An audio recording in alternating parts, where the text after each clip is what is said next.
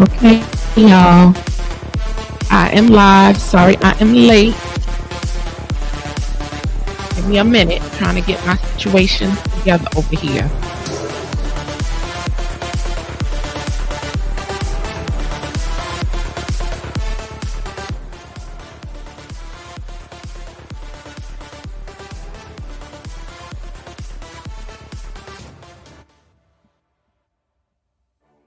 Okay, y'all. We're gonna about to get started. I just want to give you an update on the Yazmeen Williams case. This case is unfolding and a lot of clues and information. It's coming out as the hours tick by. So we're gonna get started in a minute. So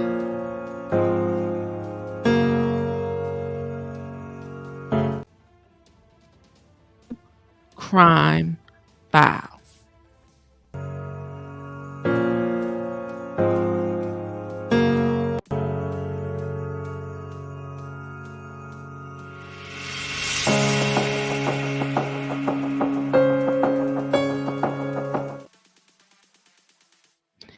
Okay, so I wanted to share some updated information with you as it relates to the Yazmeen Williams case. So if you don't know about this case, there's some videos that I've done, but this case is unraveling, and this is one of the New York files. This case started on Friday when a 31-year-old woman in Lower Manhattan, her body unfortunately was found on the Lower East Side in garbage bags, wrapped up. Well, she was wrapped up in a sleeping bag, and then that was wrapped up in a garbage bag. And some of this information might be triggering. Um, so let's go to where we are today. I have some videos up as to what has been going on, but I want to share some information from the New York Daily News. Let's see if I can bring that up. Let's see. No. Mm-mm. Let's see if I can bring that information up for you to see. Okay. So this is one article, and this has been developing all day in New York. The suspect has been taken into custody, and I showed you that video yesterday evening. So let's just read this article here. Now, this is the young woman here, Yazmeen Williams, beautiful woman, and her grandmother is speaking out. So, as they start to investigate, call people in, ask questions, things start to come out. So, allegedly, it's saying that this woman, who unfortunately lost her life, and who was found, the grandmother is speaking out. And according to the grandmother, um, she basically said, outside granddaughter, I wanted someone to go over there and make a lot of noise, but nobody really took it seriously. Yasmin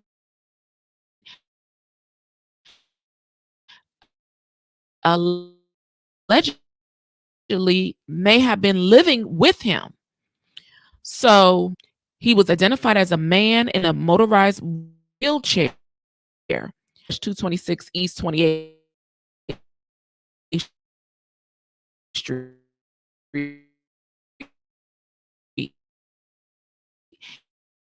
And they were bringing Mr. Irish out. Now they're undergoing ballistic tests. So her cause of harm. So they do have ex-con, and he was attacked by, okay? It says here, in November, Williams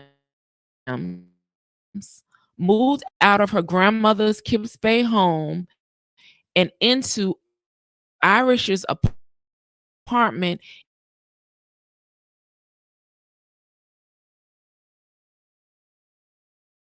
That they were friends. I'm wondering when the parents or someone last saw her, because they said that her body was in the condition that they could barely identify her, also because of the heat and how hot it was.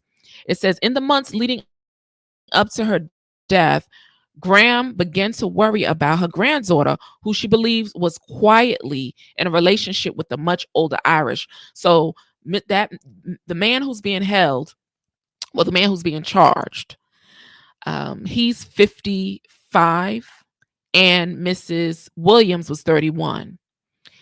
It says about a week before her body was found, Williams called her grandmother and told her she was moving back home.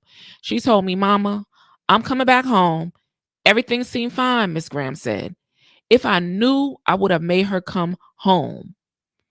Graham, unable to shake the feeling something was wrong, had begun sending her grandson, Williams's twin brother, because she has a twin brother, over to check on Williams a couple of times a week. So the grandmother was getting in her intuition, in her spirit, that something was wrong. So she was sending her brother over there a couple of times a week to check. Now, they were calling him, when they was bringing him out the building, calling him a crackhead. I don't know that, but that's what people were calling him. The grandmother said, now I look back, I think God was letting me know she needed to get out of that house, she said. I If I ever get that feeling again about my grandkids or anyone else, I'll listen.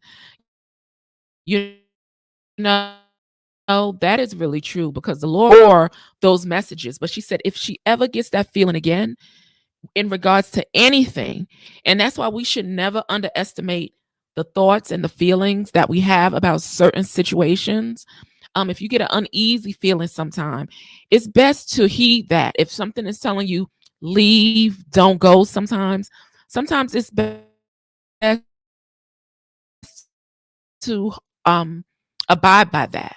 So this is one of the things that's coming out. They did find a firearm on this man. They're doing ballistic tests. Allegedly. So of course they're going to comb through that apartment.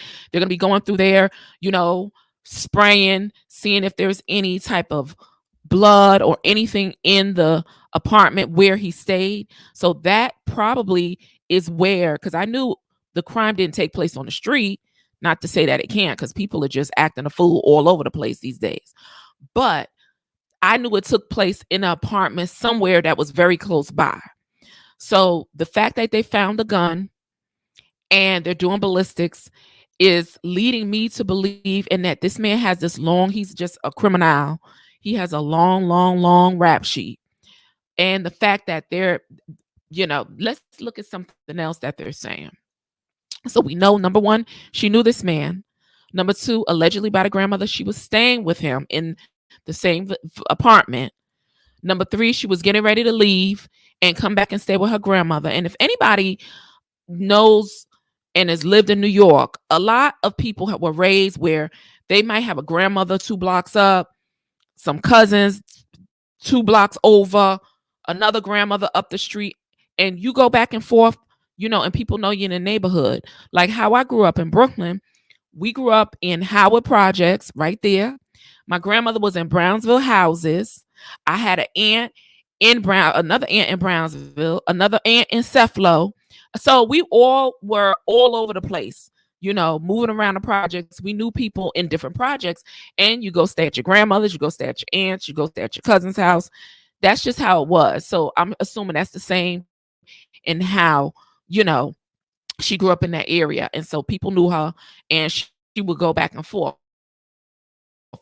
But yet there's another unfortunate this situation. Now, this is another exclusive from the New York Daily News. Okay. Drug clash is eyed in the slaying of Yazmeen Williams. So, guys, they're thinking, because remember when they were trying to put, this is the guy right here. And they're trying to put him in the ambulance, but they kept calling him a crackhead. Okay.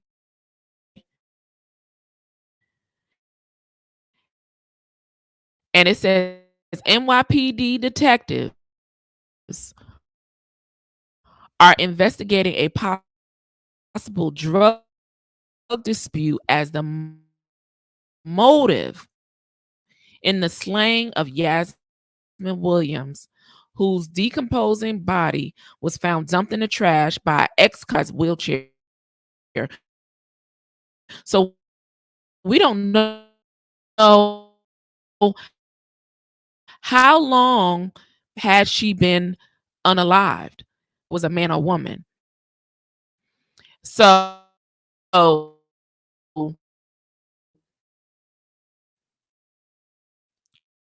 yeah, that's what they said. He said he's also charged with weapon possession and menacing for allegedly flashing a gun, as a high-ranking police source said. So when they were calling him a crackhead, I was like, I was thinking yesterday, I was like, wow.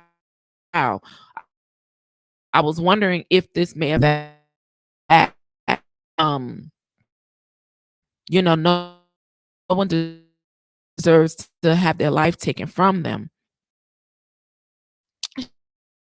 She died from a GSW, and those are just the initials for a gunshot wound. Police were called to Irish's apartment in the Strauss houses on East 20. 911 claimed they had argued with Irish. Irish allegedly raised his shirt, showing the cops responded and questioned Irish. Crowd started gathering outside, accusing him of having something to do with the demise of this woman here, Miss Williams. Miss Williams's family was at the site where her body had been found, tending to the memorial when they noticed a crowd forming